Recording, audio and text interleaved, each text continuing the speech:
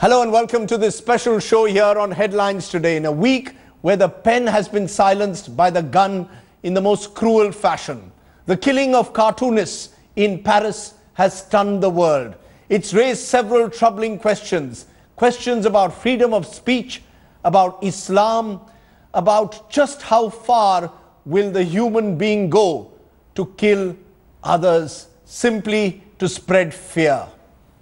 Those are some of the questions that I want to raise on this special Je suis Charlie with one of the world's most prominent dissident voices, herself in exile, author Taslima Nasrin joins me in this special. Thanks very much, Taslima, for joining us. The big question, were you surprised with the Charlie Hebdo attack, or do you believe it's just another example of how dangerous it can be to express your opinions, particularly when they go against strongly held religious beliefs? You know, it is not dangerous if you criticize Christianity, Judaism, or other religions but Islam. It is dangerous if you criticize Islam. Islam is more violent religion than other religions. Islamic fundamentalists are more barbaric than other religious fundamentalists. You know, it has been 20 years since I was forced to leave my country. I have no other alternative but to live in exile. I criticize Islam, right, and also other religions, but it is only the Islamic fundamentalists who want to kill me. Christian fundamentalists or Jewish fundamentalists or Hindu fundamentalists do not want to kill me, even though I criticize their religions. Can I just hold that thought? I want to know why. If you believe that Islamic fundamentalists are the only ones who will kill in the name of religion, why do you believe that Islamic fundamentalism or radicalism has reached the stage where there are people willing to kill innocents in the name of Allah, innocent cartoonists? You know, Islam has been exempted from the critical scrutiny that other religions have gone through. Christianity was criticized. Enlightened Christians managed to do the separation of church and state. If they didn't do that, non-believers would have been killed today in the Christian world by Inquisition. Islamic fundamentalists are having Islamic Inquisition in the 21st century. You know, you're calling it an Islamic Inquisition of the 21st century. Let me just say that if you lampoon Hindu godmen, as they were done in films like the highly successful PK, there are protests, we've seen theaters being vandalized, but no one is killed. I take your point on that. Are you therefore then making a broader generalization that Hinduism essentially is a much more tolerant religion than Islam when its religious beliefs are questioned because of the nature of Hinduism? Yeah, I think so. Other religions but Islam are more tolerant than Islam.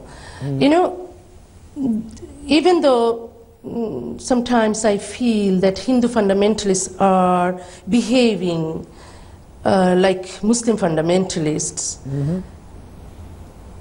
but they should be more tolerant. I have seen PK. Hindu fundamentalists try to tell, they are telling people to boycott the films, but they are not going to kill people who are watching the film. But it is different in the case of Islam. You know, but many would say, you're saying it's different in the case of Islam, but many would say that you have to be careful while lampooning the Prophet. Here is someone who inspires millions across the world. He is, you know, the holy sort of grail of Islam. Were the journalists inviting trouble by lampooning the Prophet? Why should we be careful when lampooning the Prophet? We should have the right to make fun of anyone we want. I think rather those intolerant, insane people who want to make trouble should be careful. They should learn about democracy and freedom of expression. You know, you're saying that they should learn about democracy That and everybody has the right to freedom of expression. No, you're saying that they should learn about freedom of expression, but is freedom of expression absolute? Does it allow you to ridicule a religion? Does it allow you to abuse? I think they are larger, they represent larger intolerant group. Because, you know, we see that thousands of Muslims take to the street to protest Israel for oppressing Palestinian Muslims, but they do not protest the heinous acts of the terrorist organization like ISIS, Boko Haram, Al-Qaeda, Al-Shabaab for killing innocent people. You know, the flip side of what you're saying, and I've been reading this in some Western papers suggesting it's also become fashionable to target Islam in the West. There's a kind of Islamophobia. So an incident like this, the cartoonists believe today that they almost, you know, will get fame, instant fame, by targeting Islam. No, I don't think so. Western intellectuals defend Islam for Islam being a minorities religion, and also they defend Muslims for being minority and because they were oppressed in Afghanistan, Iraq, and also that they want to keep their liberal democratic traditions, so they don't want to go against Muslims. But it is true that nowadays people are becoming anti-Islam because they have been witnessing the terrorism in Islam. You know, you're focusing on Islam all the time, and we all are in the backdrop of what happened in the tragic incident in Paris, but films critical about Christianity, Last Temptation of Christ, have been banned in the past. M.F. Hussein's paintings on Hindu gods have been vandalized. Do you believe that Christianity and Hinduism do not show any traces of this kind of intolerance? Is that what you're saying? Again, the uniqueness of Islam? Yeah, there are, but not like Islam.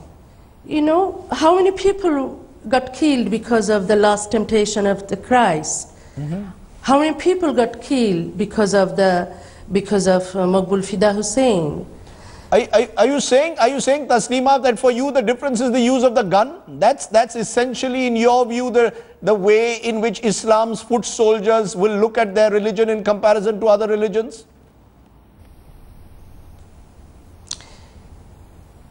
You know, if you read the Quran, you'd find numerous verses that advise Muslims to kill unbelievers, infidels and atheists.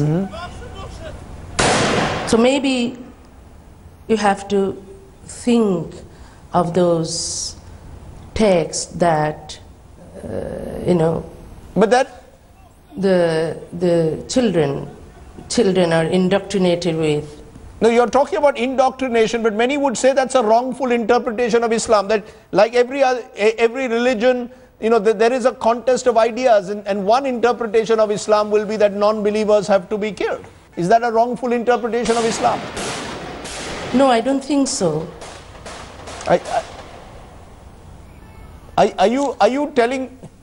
No, I don't think so. Are you telling me, Taslima Nasrin, that you believe that the Quran? No, I don't think so. Are you telling me that in your view, the Quran sanctions such killings, approves of such killings of innocents? Islam approves the killing. But you know, when you say that with that directness, are you in a sense also guilty, perhaps, or you could be accused of demonizing? All of us often are accused of demonizing an entire religion, that based on what happened in Paris, an entire religion now has to stand up and say, look, no, we are not like them. Is there a danger that Islam is being demonized because of the wrongful acts of a few? The people who do not want to kill, because they are good people. You know, the Muslims, most Muslims do not want to kill like terrorist killers. Yes. But it doesn't mean that Quran Quran talks about peace. It doesn't mean that Islam is a peaceful religion. No, but do you concede that the silent majority of Muslims across the world don't want this violence, but don't know how to take on those with guns? You know, isn't that the truism? How does the silent majority take on those with guns within the Islamic world as well? No, because we have good laws. We talk about human rights. We talk about women's rights. So most Muslims do not want to kill others in the name of religion, but most Muslims do not want to protest also against ISIS, who are killing innocent people. Because they are good people, they are good Muslims, not because that Islam is good, but because they are good. No, are you telling me that most Muslims today would be will celebrate a group like the ISIS, or you know, will celebrate the fact that those who insulted their prophets are being punished in some way? No, you know, the majority, most Muslims actually maybe silently celebrating the killing of those cartoonists and journalists, because even though they do not want violence, but they do not want to forgive those who criticize their prophet. They do not want to criticize those who take on their prophet. Now, the other big question, of course, and this is what you've experienced in your case also, the fact that the state fails to take on fundamentalist elements, whether it's in a Bangladesh, whether it's in this country, that the state doesn't take on these fundamentalist elements, which is why they are getting empowered and feel they can get away with what happens in a Paris or to you or to anyone who questions religion. The state does not protect freedom of expression. Rather, state is often protecting religions, and the state is against freedom of expression. There are laws against blasphemy in our part of the world, in the Indian subcontinent.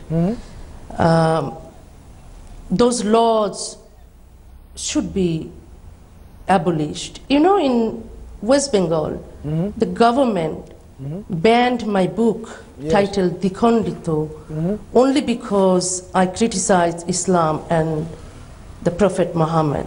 But again, the flip side is, many will say, particularly in countries like ours, pious societies, people's religious sentiments can't be just hurt so easily, that you've got to be conscious of people's religious sentiments in a multi-religious society, particularly subcontinental societies, a country like India.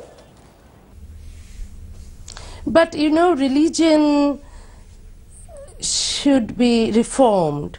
Other religions were reformed. Islam is not reformed. Islam must be reformed, and children must not be indoctrinated with religion, and people should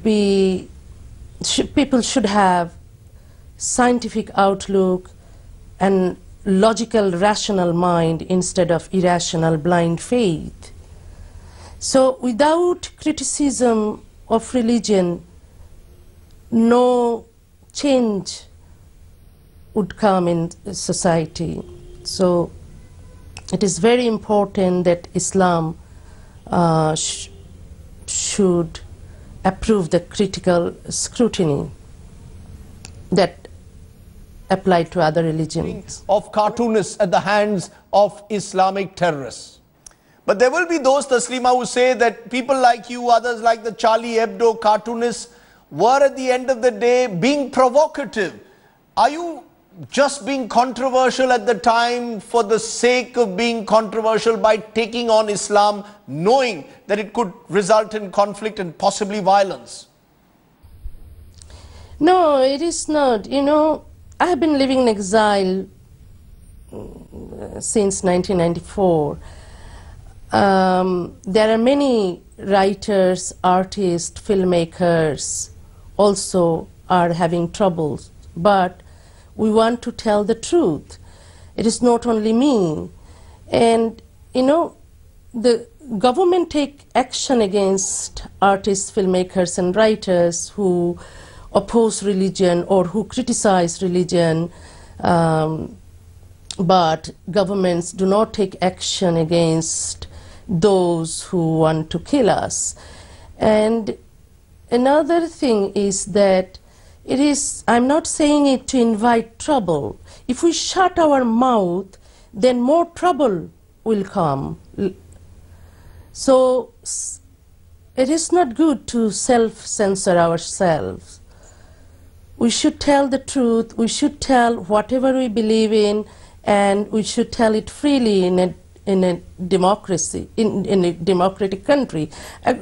Actually, we should tell the truth everywhere, but government should take action against those intolerant people who issue fatwa against us.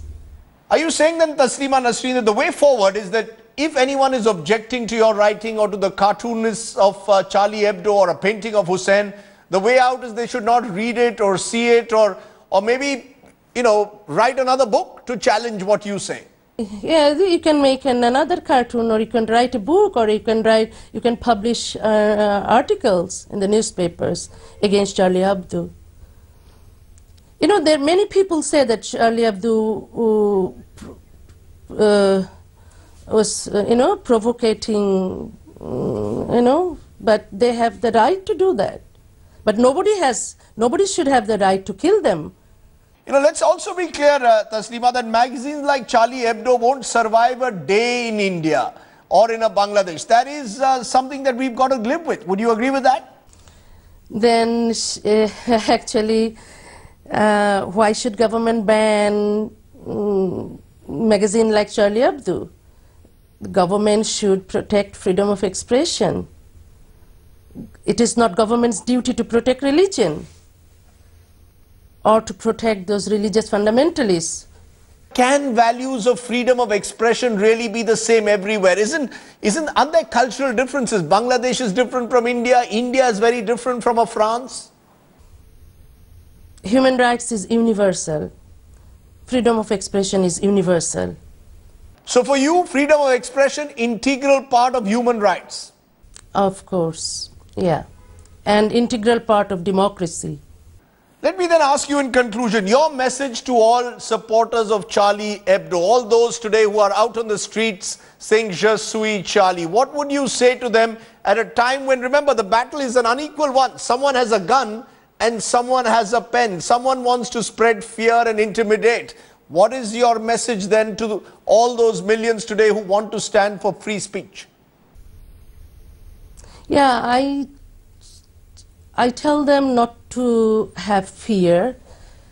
If they want to mock the Prophet, they should. And, you know, if there are many, then there will be no problem. I was alone talking about Islam. I was alone mocking the Prophet in Bangladesh. So I was forced to leave my country. If there were many people in Bangladesh at that time mocking the Prophet or criticized Islam, then I would not have left the country, you know, and the fundamentalists would not have that much strength to issue fatwas against us. How many fatwas they would issue against how many people? And you know, I'm happy that Charlie Hebdo's next issue will be published, and they would print 1 million copies of Charlie Hebdo. So it would be a big protest against those terrorists, against Islamic fundamentalism, and for freedom of expression.